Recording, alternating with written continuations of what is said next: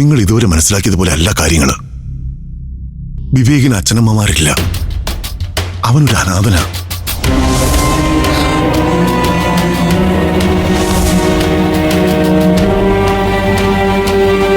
ഞാൻ അവന്റെ അങ്കിളാണെന്ന് എല്ലാവരോടും പറയുന്നെങ്കിലും സത്യത്തിൽ ഞാനും അവന്റെ ആരുമല്ല.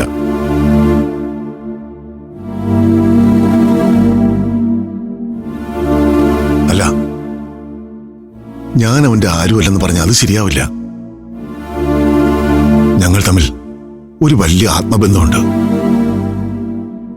അത് വിവേകിന്റെ കുഞ്ഞുനാൾ മുതൽ തുടങ്ങിയതാ.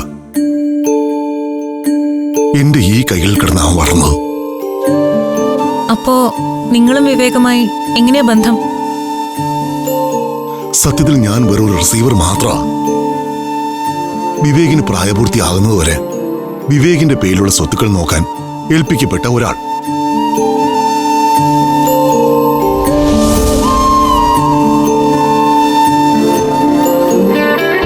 എനിക്ക് ആ ചുമതല തന്നത് കോടതി നിർദ്ദേശപ്രകാരം വിവേകിന്റെ ഗ്രാൻഡ് ഫാദറാ.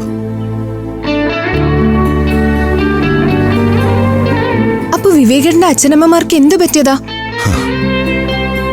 വലിയ കുടുംബത്തിലെ പെണ്ണിനെ ഒരു ദരിദ്രവാസി ചെറുക്കൻ പ്രണയിച്ച ഒരു പഴങ്കഥയിലാണ് വിവേക് എന്ന കുട്ടി ജനിച്ചത്.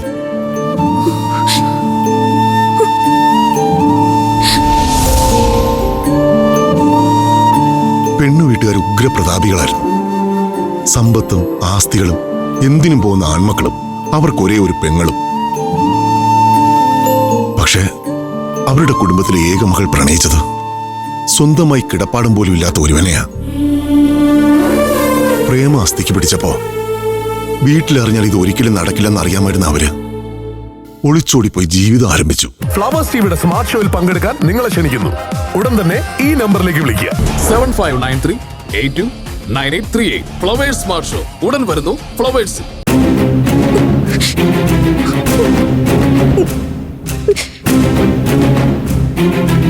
പക്ഷേ പെണ്ണിന്റെ അച്ഛനും ആങ്ങളമാരും വിട്ടില്ല. പണവും സ്വാധീനവും ഉപയോഗിച്ച് അവരുടെ മകളെ അവര് ബലമായി പിടിച്ചോണ്ട് വന്നു.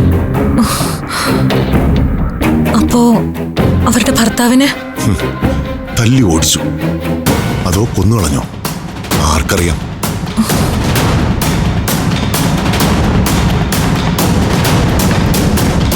എന്തായാലും മകളെ തിരിച്ച് വീട്ടിലെത്തിച്ചു കഴിഞ്ഞപ്പോഴാ അവള് ഗർഭിണിയാണെന്ന് വീട്ടുകാർക്ക് മനസ്സിലായത്.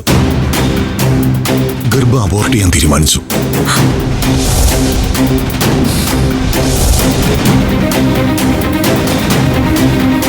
പക്ഷേ അത് ആ പെൺകുട്ടിയുടെ ജീവനെ തന്നെ ബാധിക്കുന്ന ഒരവസ്ഥയായപ്പോ അവരെ അവള് പ്രസവിക്കാൻ അനുവദിച്ചു. അങ്ങനെയാ വിവേക് ജനിച്ചത്.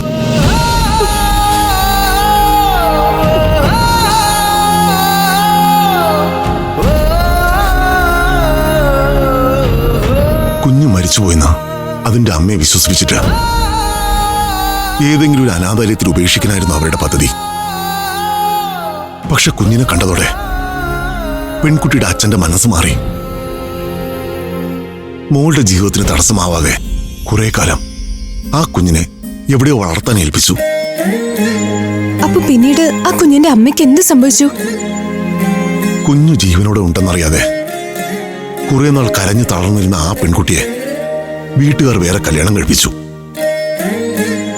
അവരാ ജീവിതമായി മുന്നോട്ട് പോവുകയും ചെയ്തു.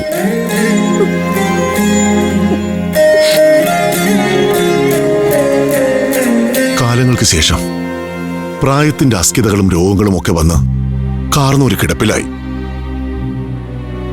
മരിക്കും മുമ്പ് അദ്ദേഹം തേയിലത്തോട്ടവും മറ്റു വസ്തുക്കളൊക്കെ വാങ്ങിക്കൂട്ടി. അതാ കുഞ്ഞിന്റെ പേരിൽ എഴുതി വെച്ചു. എന്നെ അതിന്റെ റിസീവറുമാക്കി. മരണത്തോടടുത്തപ്പോ പേരക്കുട്ടിയോട് ചെയ്തു പോയ ദ്രോഹങ്ങൾക്ക് പ്രായശ്ചിത്തം ചെയ്യണമെന്ന് അദ്ദേഹത്തിന് തോന്നിക്കാണും. അതങ്ങനെയാ.